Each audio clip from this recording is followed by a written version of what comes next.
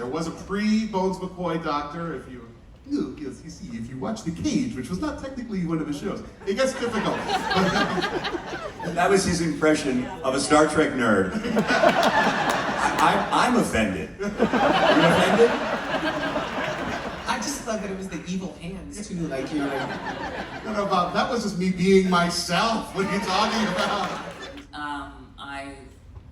My agent was a huge Star Trek fan, and I had never seen an episode of the original Star Trek. I had seen the posters all over New York, but I had never watched it. I didn't have a TV. But at any rate, she said, please, you've got to. And I was going to the airport. I'd flown out to LA to do a screen test. And so I went into the office at Paramount. There was nobody there, which never happens in an audition, right? Nobody. And I walk in, and just the secretary's there, and there's three characters, and it says Deanna, Troy, Dr. Crusher, and Tasha Yar. And I said, which one do they want me to audition for? And she said, no, just pick one. So this is the guy's truth. So I thought, oh, great, okay. I really have a chance for this one. They don't even know what they want me for. And so I looked at the scenes, and I went, oh, that scene's funny. I think I'll read Dr. Crusher. And I read the scene where it's a silly scene, but where she and Picard are on that virus and they're coming on to each other. And I thought, oh great, she's the comic character. I want to do this. And so I just went for it. I had a blast. And I thought, hey, might as well do it. That was the only funny scene in the rest of it. But, go figure. So no, I did not have any idea. The Wacky Doctor would have been a fun, the parallel universe, Wacky Crusher the whole time would have been fun. Bob, how about you? I was sent the script, and the sides were titled Doc Zimmerman. So, the description of the character was colorless, humorless, a computer program of a doctor. And I thought, well, that sounds like a bucket of fun. And first, it was explained to me that he was a hologram, and I kept saying, well, how does he handle medical instruments? Because I didn't understand the Star Trek vision of a hologram where you could simulate density. That all had to be explained to me. But I was doing a play at the Mark Taper Forum, which is one of the great theaters in LA, and I was in production. In the country, and I was in Tech Week, and I had no time to read for colorless, humorless, a computer program of a doctor. So I complained to my agent, and I said, I have a job, I can't, I have a conflict. And he said, just go lie, which is what agents, it's good advice. So I lied and said I was available, but I didn't want to read for the doctor. I read the script, and I thought Neelix looked like fun, so I read for Neelix. And I came this close to spending 6,000 hours in the makeup chair because I tested for Neelix. It was between me and Ethan Phillips, who's a dear friend of mine already at that point, but I didn't know he was my competition, and a third actor. So I came this close to playing Neelix. And then when I didn't get it, they called back and did something producers never do. Once they're through with you, you're done. But they said, there's something about him and his voice, would he read for the original character? And I said to my agent, I honestly don't get the joke, because I heard they want somebody funny. I said, there's 9 lines, none of it is funny. But I said, I'll give it a try. And because I have my face at rest is the unhappiest, most unpleasant face on the planet, that got me through.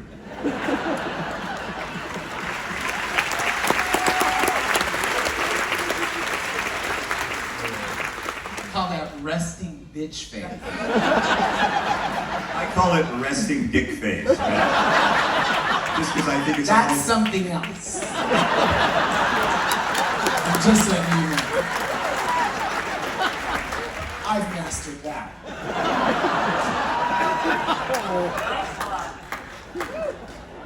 Huh? What's the question?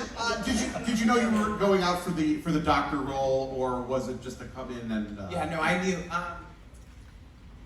They put me through it on this show. So I was offered this recurring role of the doctor on Discovery. So that's what he was. I was only guaranteed 5 episodes, and then it turned into more, and then, as you all know, I died. And came back. But there was a question in the beginning from the network, from CBS, that I perhaps didn't look old enough to play the doctor, that I didn't have enough gray hair or whatever, so they had me come in and read a scene. And it was the very first scene where you see Dr. Culber working on his partner's nose, Anthony Rapp's nose. And then they just needed to see me on tape, and I read the scene, and they were like, yeah, we're good. It's interesting. I think the reason, for me, because I was not at all interested. I didn't understand what Star Trek was at all. When I was doing the final callback, which was right after that first audition, I was down at La Jolla with Linda Hunt, and I was doing a play. Des McAnuff was directing. It was great. And all my friends, I was saying, what's warp speed? Does anyone? And they're like, you don't know what warp speed? What's it? I mean, they were like explaining everything. I'm like, oh my God, okay. But I think this I don't know for a fact, but I do think that when they called me back, they had me read with Will Wheaton, and I think there was something that they saw us as mother and son, and Patrick had come to see me in La Jolla.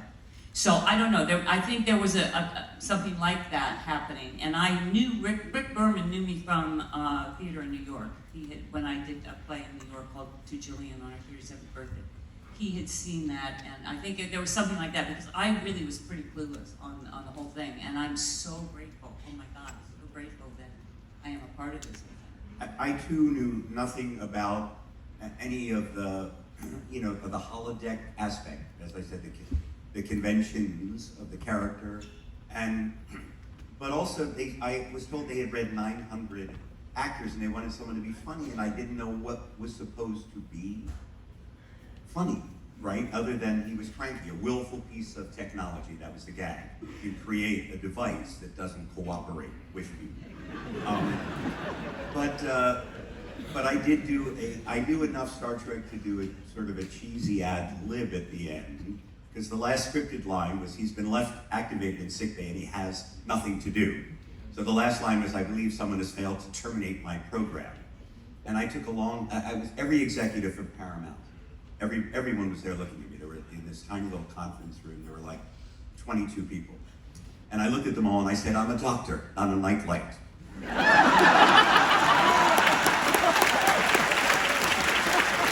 So I told that story to DeForest Kelly, and he goes, oh, you mean you steal from me? I said, yeah, pretty much.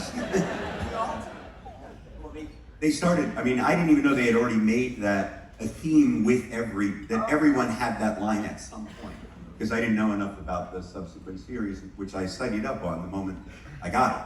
And then I watched like at least 10 medical shows from Next Gen. Immediately. Did you love me? I loved you. But you weren't very cranky. So I realized that because Bones had been cranky, you weren't very cranky. I guess it was time for cranky again. Wilson, were you a Star Trek fan before you got into this? I was an enormous Beverly Crusher fan. That was my Star Trek Next Gen, and so, I have taken great inspiration from this amazing actress. I think it was important for Hugh to be vulnerable and empathetic, and someone who really was there for his patients and really cared and went the extra mile, very much like Dr. Crusher did here. Which I think they weren't, in the beginning, I've said this at conventions, they had my character, I would be in the middle of saving somebody or killing them, because a lot of my patients died first. But it's true. We used to come up to the table and Patrick would say, don't let her touch you. But I complained to like the producers. I said, she's got to at least give the instrument to somebody else. Just because the captain walks in, you don't just leave your patient And so little things like that were in the very beginning started, and I think it just, because you know who my inspiration was is Dr. Oliver Sacks. I really was a huge fan of his. Two people have read the books. Okay, try it sometime. And I had actually come to Gene Roddenberry with the idea of Awakenings in the book. I said, here's this great book, and of course it already was it was going to start production soon with the movie with De Niro. But I thought, wow, what a Star Trek thing that was. I really was inspired by like the man who mistook his wife for a hat and things like that. It's pretty amazing stuff. So I thought he was so loving and caring, and I thought that was one thing I did talk to Gene about. Well, you know, it's funny because I think that when we talk a lot about, you know, Gene Roddenberry and his vision of the future, and, you know, there is sort of a pendulum on how bright and optimistic and how dark Star Trek gets, and it swings back over the years. I feel that the Doctor characters, always, from Bones to U3 to Dr. Bashir, to Dr. Phlox, the whole gang, has always been like the most noble, like the most committed, almost in a chaotic good way in a sense. But I think that's a testament to how you played the roles. I mean, just so dedicated to, no, I will save a life no matter what. I don't agree with you at the beginning of my character, because Voyager was created during the great healthcare debate of the first Clinton administration. So it was in the air, the whole idea of government-managed health care, I think. So I think my character, a computer-generated doctor that had no emotional affect, that had no bedside manner, that was programmed by, you know, upper management to develop a bedside manner, but his feelings, such as they were, seemed more focused on his own experience rather than the patient's. He was much more concerned about how he felt than how you felt. Yeah, but that kind of works in terms of what you just said, because that is showing the other side. It's like when you take all of the series, you see that sure, side. And you see, just like there's huge robotics now happening. In Japan, they have, for older people, a little robot who tells them to take your medicine and do things. And the people apparently really love having something there. So I think it's when you take Star Trek, the whole world. In its totality. Yeah, I think in the totality it actually works, because they had already had a Bones character who also had a curmudgeon side. I think it's really great that it's been blended like that. So I'm the bad example, is what you're saying. No, because actually people really are, robotic, little robots are really effective in healthcare and doing really good things. Well, see, I look at it, I understand that point. I was looking at it as a nightmare of managed healthcare, my character. In other words, here's the vision, at least the way he first interacted. It's like, oh my God, is this the future of medicine? This, you know, the plug-in doctor. Who, and because of the way the character was conceived, he could develop a bedside, and he could grow into a human-like character. But early on, it was bumpy. No, you are a nightmare. But This is why Star Trek is great. You can watch it and interpret it multiple different ways. I mean, as you get through. I think, to add to that, I think when we first meet Dr. Culber, he's all heart and, you know, empathy and vulnerability, but because of what he's been through in season 2, when we see him in season 3, I don't want any spoilers, he has been changed by this experience and becomes more of a tough love. He has a bit more of a tough love in his bedside manner, and he takes much more of a holistic view of his patients now, because he's now understanding more about mental health and how that affects his patients as well. So it's very interesting the way we've taken him season 3, where he still has this empathetic manner, but it's still about being honest and real with his patient. You mentioned, without any spoilers, but you mentioned that season 3, you're going to get to do more doctoring than you've done before, because I was thinking about it, the scene where you do the most amount of doctoring in season 1, what happens 2 seconds after you do that? Yeah, actually the episode in which I did the most doctoring was the episode in which I get my next now. Yeah, good stuff. I mean, all of the characters have evolved, don't you think? Oh, well, certainly. I mean, I had Yeah. my character had the best arc of any character on the shows, simply because he started with nothing. When you start with nothing, you've got a long way to go. So but I didn't understand that at all. When I got the role, I said to my friends, I'm on the new Star Trek series. It'll put my children through college someday, but I have the worst part in the show. And I made that clear to all. But it wasn't until, I think, the 2 or 3 episodes in, when Kes comes to the med lab, after the disasters happen and the organic doctor, the ship's chief medical officer, has been killed, and I find out, because I'm designed for emergency use only, I'm supposed to be the star relief pitcher, not the starting pitcher, ever. So when they come in and tell me that I'm going to be used full time, I'm not at all happy. And when she comes in and wants soil samples for her hydroponics bay, because I've also been assigned, science things too, and I say, and I laundry list what my program is, that I'm based on this many thousand medical textbooks, I have the combined medical experience of 27 Starfleet officers, I have this, that, but sure, let me get your dirt. And that's when I got the idea that he was, his sense of injured merit, right? Like Lucifer in the divine, what do you call it, Paradise Lost. That was the essence, that was what drove the character, the fallen angel. I thought, oh, that'll work for me too. That he wasn't getting the respect he felt he deserved. Gates, you mentioned before something about the medical devices. And, as a Star Trek fan, at some point along my life, I went and spent $19.99 and bought a little plastic medical tricorder that lights up and beeps, and I chase the cat around with it. It's a lot of fun. Hey, that's good. If I'm spending money on Star Trek, it's good for all of us. So, okay. But animal torture. but you held, the actual Mark V tricorder or whatever, and it was just a doohickey that lit up. Did you, as part of your actor's process, kind of figure out, oh, this button does this? Did you have a sense of it, or was it just I was doing serious surgery, Jordan. I was doing brain scans and, actually, of course I did. I mean, although sometimes people didn't know, but I was pressing the wrong thing, but no one knew that was fine. The hardest thing was getting those little devices to light up.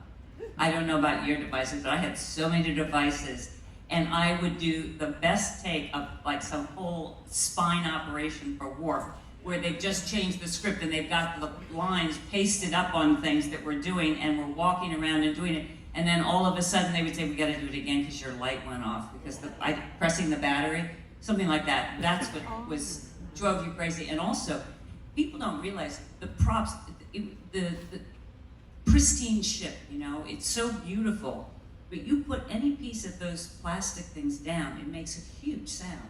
And they really didn't want you to make sounds with that. So sometimes something would go down too hard, and then you'd have to loop or dub the whole thing. It's a lot more complicated to do something that is that pristine and that silent. And in the new Picard, I noticed it's not as silent and pristine in that. It doesn't seem to be. Maybe I'm wrong, but it's interesting because it's hard to work with props when you absolutely don't want to make noise. Yes. So my last season was I was once again saving my partner's life. I wish he would just stay home sometimes.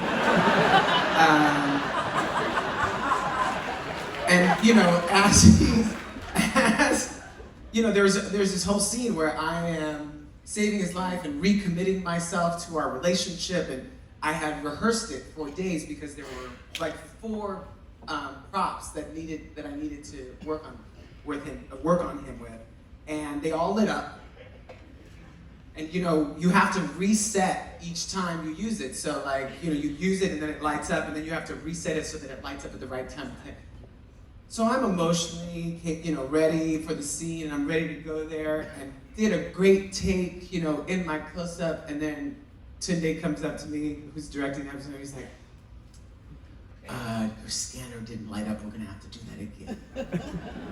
And I said, you put that shit in post.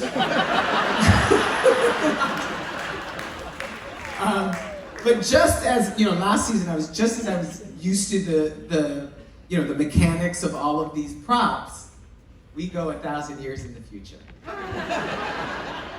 And I have to learn all new props. That was fun. Listen, at least you did not have to fall in love and have sex with a lamb, okay? Not yet.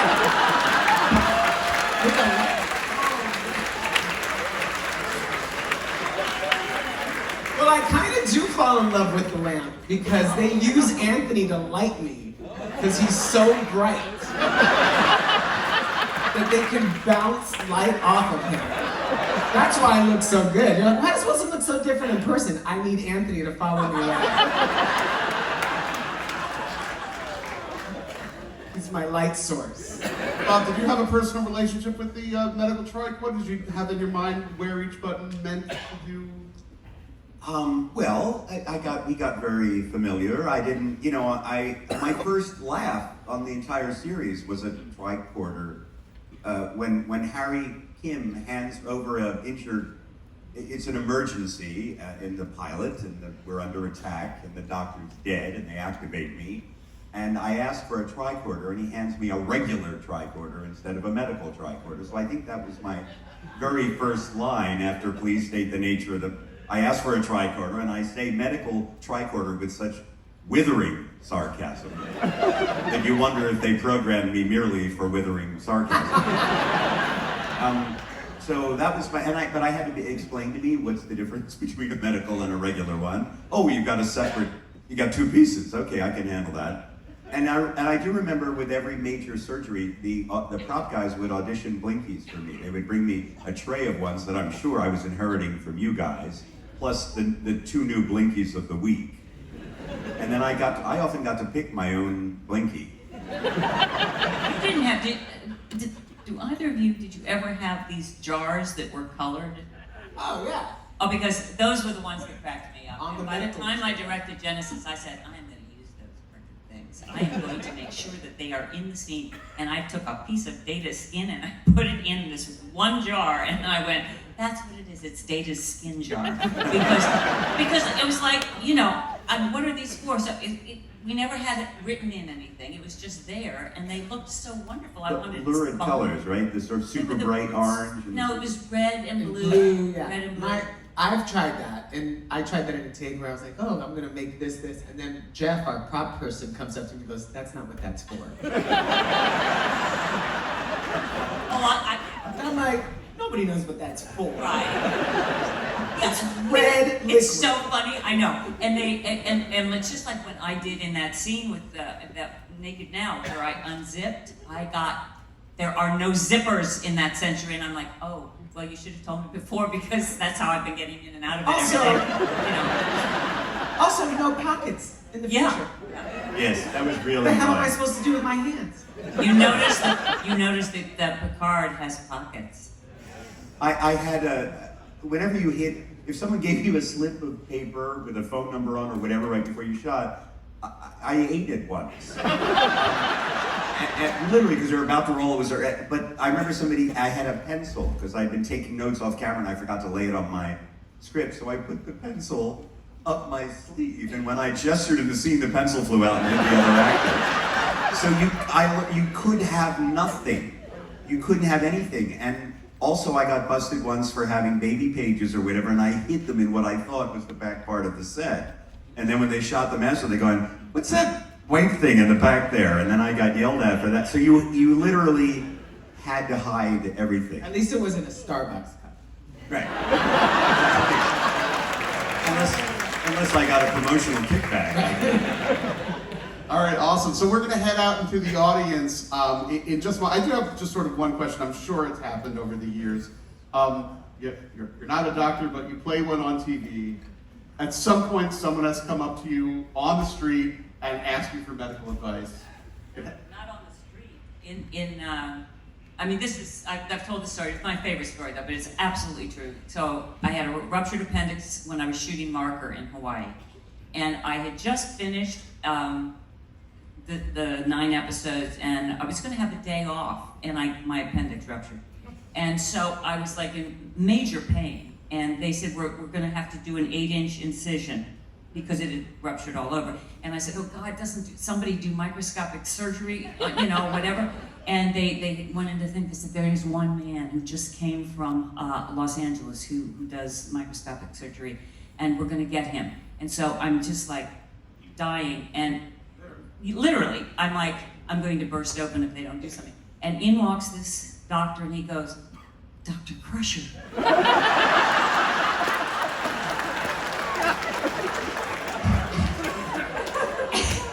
I mean, it truly was out-of-body experience because I was totally Dr. Crusher to him. And he was like absolutely talking to me like we were colleagues. And I mean, he was like, everything was huge terminology and stuff, and I'm just in such freaking pain. And so he's like, I'm gonna take care of it, we're gonna do this, I'm gonna go into this, I'm gonna blah, blah, blah, and I'm just do it. You know, I'm an actor, not a doctor. I'm the opposite. And when I come, I'm in the, what's the recovery room? I'm in the recovery room. And no one else is there, and I'm, you know, heavy drugged, right? And he comes in and he says, hi, everything went really well. And while I was in there, I decided to take a look around.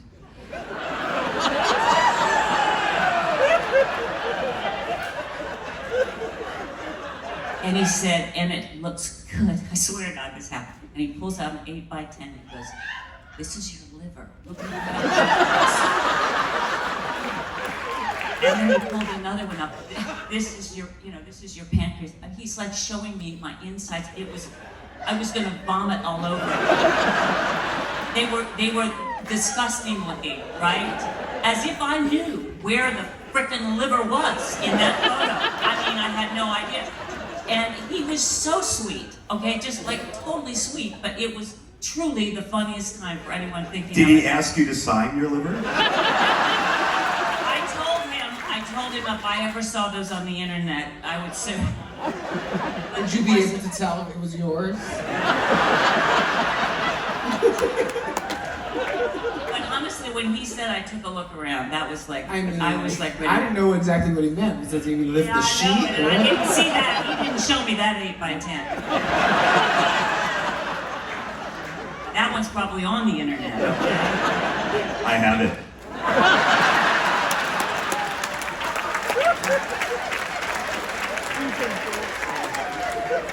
Bob, I don't think you can top that story, but there have to have been times when people thought you were a doctor. And I did 4 years of emergency medicine on China Beach before 7 years of medicine. And I was a biology major in college until I, switched to theater. So I feel like I've gotten a real vicarious, experience in being a doctor. I have a very dear friend who's a doctor, and she always says, you sound like you know what you're talking about until you listen to the content of what you're saying. But I had an experience, nowhere can touch Gates' story, but I remember going in for a colonoscopy at one point, and there was a lot of giggling off camera that a hologram needed a colonoscopy. And I asked for the disc, where they give you the inside story about you. And I did. My agent had asked for recent film, so I did take that and turn it over.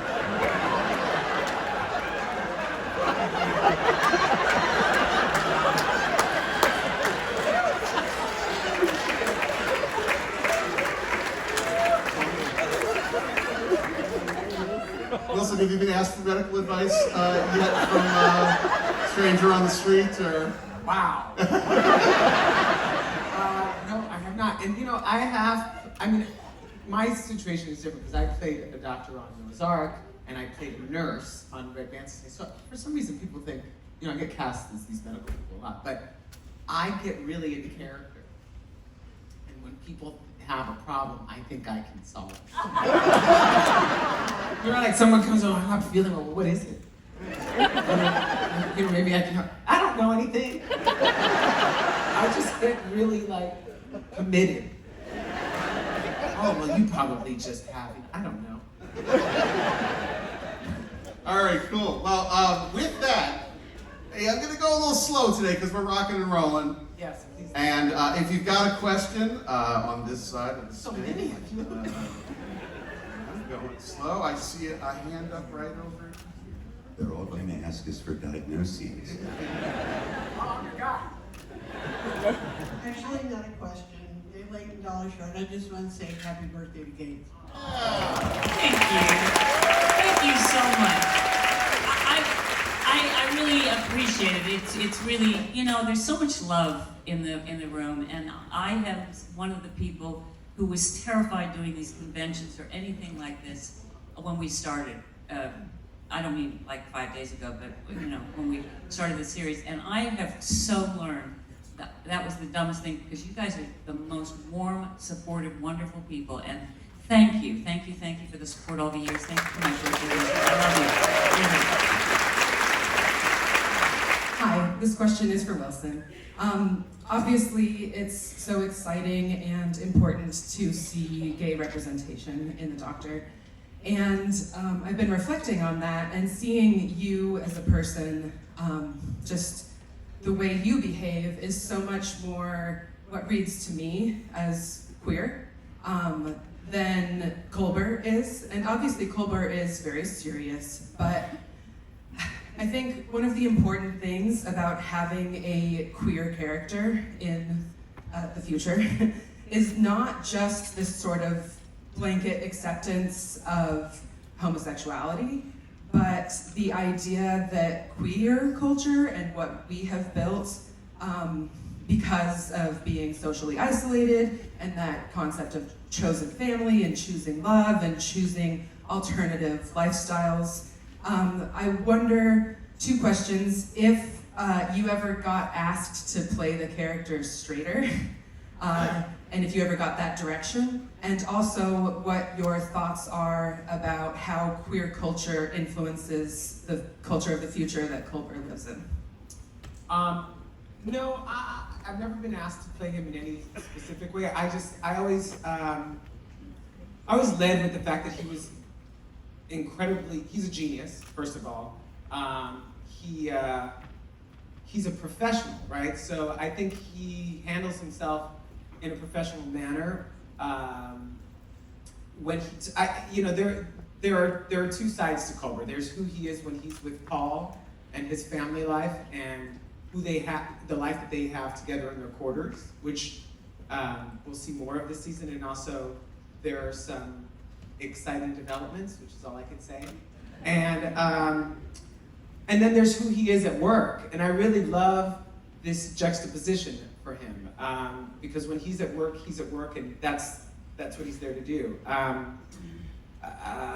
As far as this, can you say the second part of your question? Just how queer culture as an alternative culture continues in the future, how it impacts that.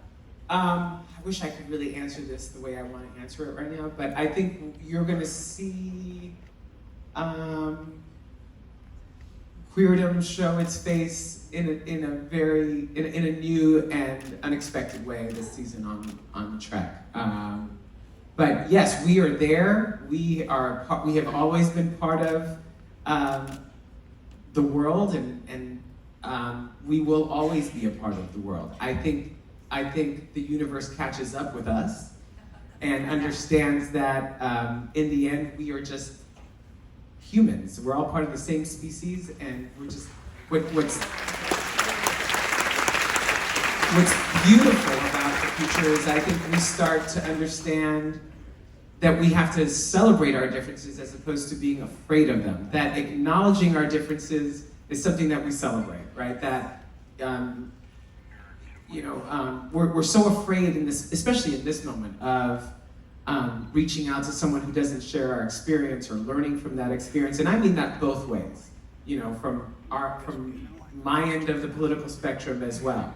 I think we could do a much better job of reaching out to the other side and really understanding and not just paying lip service to extending ourselves to people who don't necessarily agree with us or share the same political beliefs. I think part of what we need in this moment is to see each other more in each other. And I think in the future, I hope in the future, I pray in the future that we've gotten to a point where we are no longer afraid of each other, but we celebrate the fact that I'm different than you are, that that's what makes the world go round. Thank you. On the shows, do they have medical consultants? And if so, how does what they tell you have to differ from what you have to do in the script and on the show? Got my microphone. We had a science consultant who went on to become a very successful writer in subsequent series, Andre Bormanis. But his background was really physics and not the life sciences. And since I had been a biology major, I did catch them out a couple of times. And I would phone things in before we shot them. And they would get, not huffy, he never got huffy. Sometimes the writers were like, oh, okay, we'll ask him. You know, but, and I have a copy of Grey's Anatomy, not the series, guys, but the, and so I would check some of the things that didn't sound like I had remembered them. I had, when I said the first cells that the Borg nanoprobes will attack in your system are blood cells, and I said, well, technically, because blood is a tissue, we have to say the first tissue that the nanoprobes will attach in your body is your blood. And they said, well, that sounds weird. And I said, well, yeah, I know it's weird, but it's correct. So we stopped shooting for 5 minutes. They call me back and they go, okay, say tissue. So we did not, the answer to your question is we did not have a medical advisor specifically. My question is for Wilson. How do you feel about being a role model for LGBT people in the same way that, for instance, Kate Mulgrew was for women?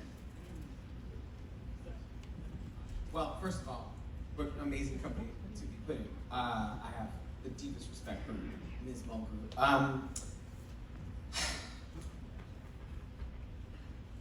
You know, it's overwhelming to think that people are receiving inspiration from, you know, a television show. But I think that what moves me the most is when I think about young LGBTQ people of color finding comfort in the fact that a character like this exists. That gives them comfort in knowing that we have always been here and that we will always be here. I wish that I had had the representation that I can now provide when I was younger. So I understand how important that is, and I know what it would have meant to me. And I'm humbled, truly humbled, by the fact that I've been allowed for this long to be that for someone else. And it's what brings me the greatest pride. I love what I do. I would do it anyway, I would be an actor anyway, but the fact that I've been able to provide some kind of inspiration to people like me just means all that much more.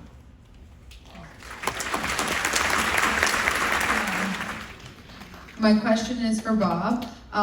What was your favorite moment while developing the Doctor's character, going from a flat computer programming to almost a full human being in lots of humor, character, and personality? I had, one of the most fun things about playing the Doctor was that he didn't have to obey any of the rules that the other characters have to in Star Trek. In other words, if you're a Starfleet officer, the audience assumes that you are stalwart, brave, true, that you run toward the fire rather than away from it. And the Doctor, because he was designed for a specific application, when you took him outside of that, he could be a coward, he could be very unsure, he could be completely uncooperative. And And also he could be a complete buffoon and windbag when he was covering something up. So I had all these negative qualities that I was allowed to play, and then I could eventually rise to my better self.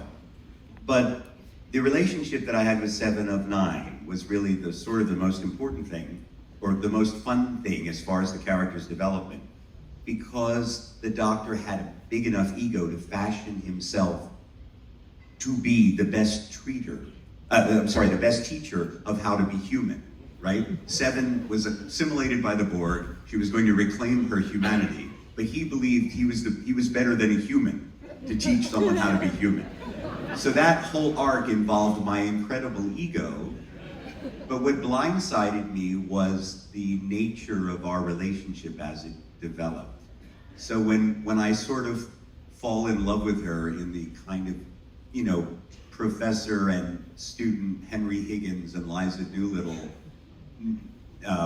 way that he does, and then has to hide that, was really fun because it kind of encapsulated his whole journey from being just the know-it-all to making himself, finding himself vulnerable in another area as these feelings that he was developing because of his emotional algorithms as they developed. So that was really, I would say, the most fun arc.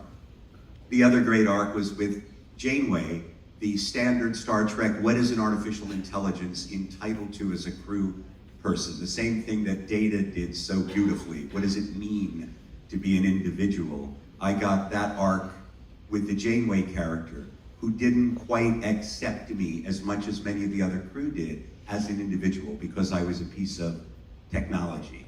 So those two long-term character arcs were I think the richest part of the experience. I have no idea if I answered your question. Well, with that, we have gone a little bit over time. I can see a member of the Continuum lurking in the wings. So I want to thank our 3 doctors for showing up today with a very minimal copay. Please welcome.